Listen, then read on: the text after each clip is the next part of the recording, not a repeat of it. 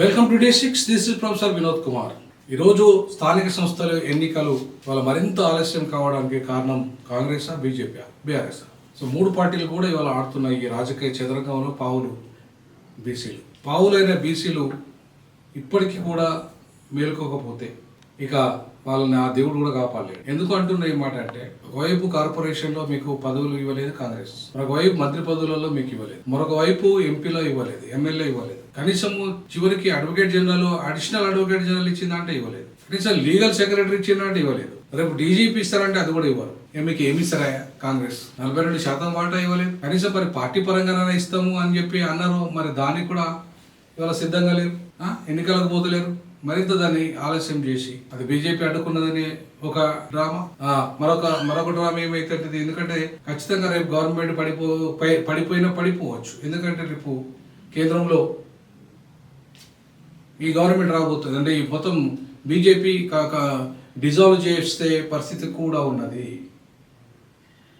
BJP dissolve అయ్యే అవకాశం కూడా ఉంది.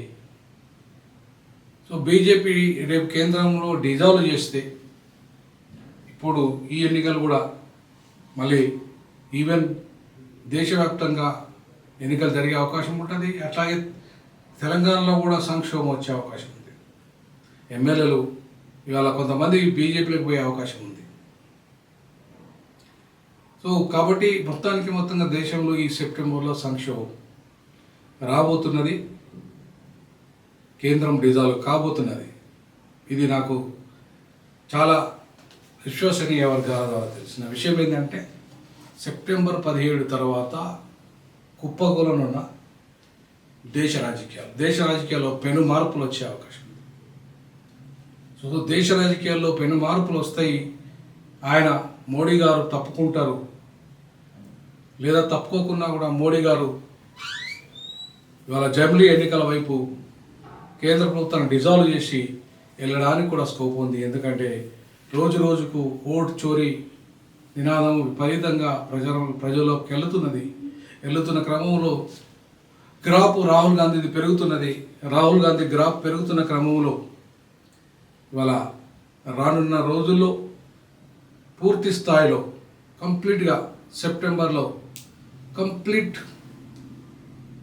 ఈ సెప్టెంబర్లో దేశంలో రాజకీయ సంక్షోభం రాబోతున్నది. ఎన్నికలు రాబోతున్నాయి. మొత్తం జమిలీ ఎన్నికల వైపు అడుగులు పడబోతున్నది. అటు బీహార్ కావచ్చు, ఇటు తమిళనాడు కావచ్చు, ఇటు తెలంగాణ కావచ్చు. తెలంగాణ కూడా రేపు పూర్తిగా ఎన్నికలకు దేశవ్యాప్తంతో పాటు కొన్ని రాష్ట్రాల్లో కూడా ఎన్నికలు వచ్చే పరిస్థితి ఇవాళ రాబోతున్న పరిస్థితి మనకు స్పష్టంగా కనబడుతున్నాయి. సో ఈ 3-4 రాష్ట్రాలు, 5-6 రాష్ట్రాలతో పాటు తెలంగాణ కూడా డిజాల్వ్ అవుతుంది ఏమో అనే పరిస్థితి అయితే ఇలా బీజేపీ ఉపరాష్ట్రపతి ఎన్నికల తర్వాత 9 తర్వాత టోటల్ రాష్ట్ర రాజకీయాలే కాదు దేశ రాజకీయాల్లో పెను సవాలుగా పెను సంక్షోభం రాబోతున్న క్రమం మనకు కనబడుతుంది. కాబట్టి ఇవాళ సరే లోకల్ బాడీ ఎన్నికల సంగతి దేవుడెరుగు, రేపు మొత్తం దేశంలోనే డిజాల్వ్ కాబోతున్న చలనం ఉంది. కాబట్టి బీసీలారా తెలంగాణలో మీరు ప్రత్యామ్నాయ రాజకీయాలు అయిపోతే మీ పని కథం. అది బీఆర్ఎస్ అయినా, బీజేపీ అయినా, కాంగ్రెస్ అయినా, దొరలు, వెలమలు, రెడ్లు వాళ్ళ పార్టీలు, అవి బ్రాహ్మణుల పార్టీలు, అవి మిమ్మల్ని ముఖ్యమంత్రులు కానీ మిమ్మల్ని ఎదగని.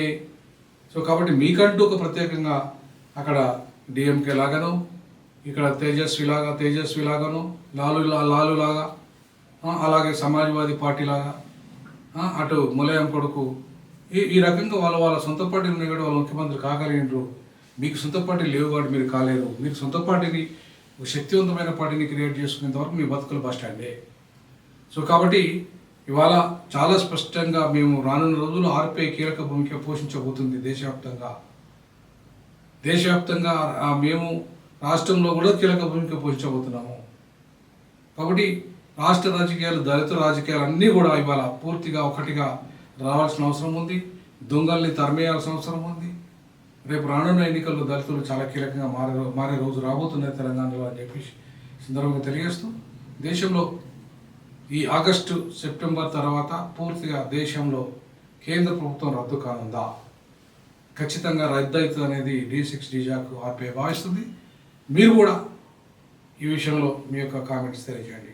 జై భీమ్, జై పులే, జై పెరియార్, జై సంవిధాన్, జై భారత రాజ్యాంగం, జై జై భారత రాజ్యాంగం.